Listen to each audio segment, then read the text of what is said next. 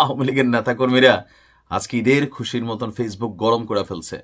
না, আমার এখানে কারা কারা আওয়ামী লীগের নেতাকর্মী আছেন একটু কমেন্ট করলে আমি ক্লিয়ার হইতাম। আপনারা স্ক্রিনে একটা দৃশ্য দেখছেন, ভাবা যায় যে সারা বাংলাদেশে আজকে বড় ধরনের আওয়ামী লীগের একটা শোডাউন হয়েছে। মানে বলা যেতে পারে 5ই আগস্ট পরবর্তী সময়ে বাংলাদেশ আওয়ামী লীগের নেতাকর্মীরা এত বড় সাহস একযোগে আর দেখায় নাই। শুধুমাত্র রাজধানী ঢাকাতেই 25টি স্পটে বাংলাদেশ আওয়ামী লীগের নেতাকর্মীরা ছোট বড় মাঝারি বিভিন্নভাবে একত্রিত হয়ে একটা শোডাউন দিয়েছে। এর পাশাপাশি গফরগাঁয়ে সম্ভবত সেখানে আমরা দেখলাম মোটামুটি 1000 খানেক প্লাস মাইনাস, আমি জানি না মানুষের সংখ্যা কত হবে, একটা বড় ধরনের শোডাউন। কি বার্তা দিচ্ছে? সরকার যেমন মনে করছে আওয়ামী লীগকে দাবাই রাখা যাবে, আসলে কি যাবে? আওয়ামী লীগ ইস্যুতে বিএনপি এবং জামাত অনেকটা সফট কর্নারে আছে।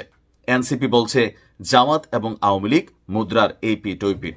অপরদিকে রাজনৈতিক যে অস্থিতিশীলতা, সেইটারও কিন্তু একটা অ্যাডভান্টেজ তৈরি হচ্ছে আওয়ামী লীগের জন্য। ডক্টর ইউনূস সরকারের বিভিন্ন ব্যর্থ সিদ্ধান্ত এবং রাষ্ট্রকে চালানোর ক্ষেত্রে ওনার বিভিন্ন যে ভূমিকা আছে, সেই ভূমিকাগুলোর কারণে অনেক কিছু এখানে ব্যর্থ হচ্ছে। আর অ্যাজ এ রেজাল্ট আওয়ামী লীগের ফিরে আসার অথবা মাঠ পর্যায়ে আওয়ামী লীগের এই যে শোডাউনগুলো তৈরির একটা সুযোগ হচ্ছে। অনেকে বলছেন যে কিভাবে আওয়ামী লীগের এই দুঃসাহস হচ্ছে, মাঠে নামছে, পুলিশ কেন কিছু করছে না? ভাই, 5জন নেতারে দৌড়ান দিতে গেলে 5জন পুলিশ এনাফ, কিন্তু 500 জন নেতাকর্মীর সামনে 50 জন পুলিশ এনাফ না। কারণ আওয়ামী লীগের নেতাকর্মীরা কিন্তু ডেয়ারিং, এটা হচ্ছে বাস্তবতা। আর এই মুহূর্তে আইন শৃঙ্খলা বাহিনীর কিছুটা তো দুর্বলতা আছেই। তাহলে কেন আওয়ামী লীগ এই কি বলা হচ্ছে এই সুযোগটা পাচ্ছে?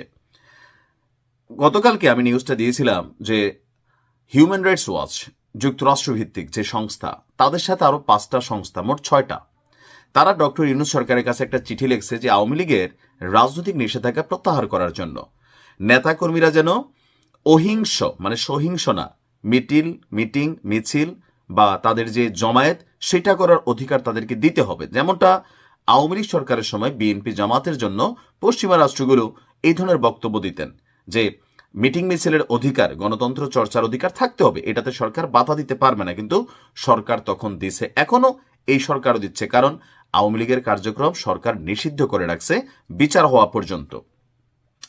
এর মাঝখানে বাকি যে রাজনৈতিক দলগুলো আছে, এখানেও একটা ঝড় উঠেছে। কোনো দলের সাথেই কোনো দলের এখন মিল নাই। সিট ভাগাভাগি, বিভিন্ন জায়গায় বদলি, পদ বাণিজ্য, নিয়োগ বাণিজ্য, এই সকল কিছুতে এন্টারনালি ঝামেলার কারণে কেউই কারোর সাথে মিল নাই। আর দেখেন এই যে গতকালকে থেকে হঠাৎ করে নাহিদ ইসলামের নেতৃত্বে জামাতের পুরা ধাঁচিয়া উড়াই দিচ্ছে এনসিপি। আবার এনসিপিরে বলতেছে বাপের থেকে পোলা বেশি বড় হইও না। ওইদিকে জামাতের সাথে বিএনপির সম্পর্ক ভালো না।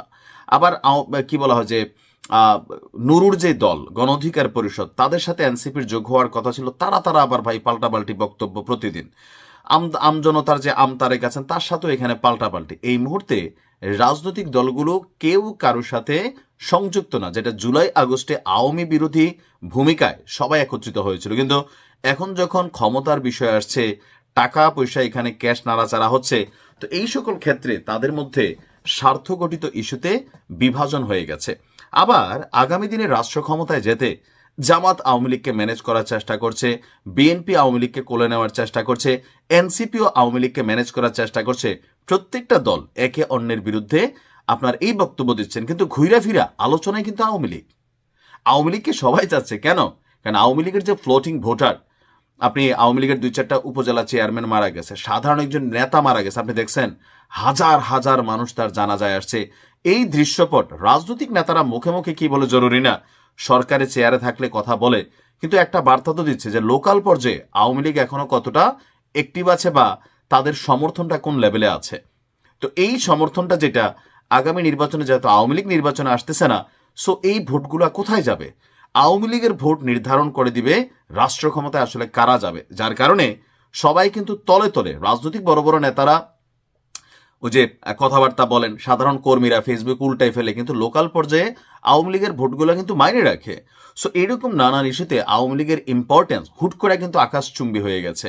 আবার এই গত 1 বছরে সরকার পরিচালনার ব্যর্থতা, রাজনৈতিক ব্যর্থতা, রাজনৈতিক দলগুলোর বিভিন্ন ধরনের অ্যাক্টিভিটিস, লুটপাট, চাঁদাবাজি, প্রশাসন থেকে শুরু করে সব জায়গায় যে সিস্টেমটা চলছে, বাংলাদেশের মানুষের কাছে মনে হচ্ছে না যে এখানে আসলে কোনো পরিবর্তন আসছে। মনে করতেছে আগে যারা খাইতো এখন আরেকটা গ্রুপ, আরেকটা বলতে একটা না, এনসিপিও খায়, জামাতও খায়, বিএনপিও খায়, সবাই তো খাচ্ছে। এরকম পারসেপশন কিন্তু মাঠে তৈরি হয়ে যাচ্ছে। ইভেন এই জুলাই অভ্যুত্থান নিয়ে প্রথমে যে বিষয়টা ছিল কোটা, মেধা, সেখান থেকে দেখা গেল এটা একটা মেটিকুলাস ডিজাইন। তো সেখান থেকে অনেকের কাছে মনে হচ্ছে এই যে ধরেন কি বলা হয় যে সমন্বয়কদের মধ্যে বিভাজন হয়ে গেল, এখানে সমন্বয়করা মাঠ থেকে মুখ থুবড়ে পড়ে গেল। তো সবকিছু মিলিয়ে একটা ইফেক্ট কিন্তু তৈরি হয়েছে।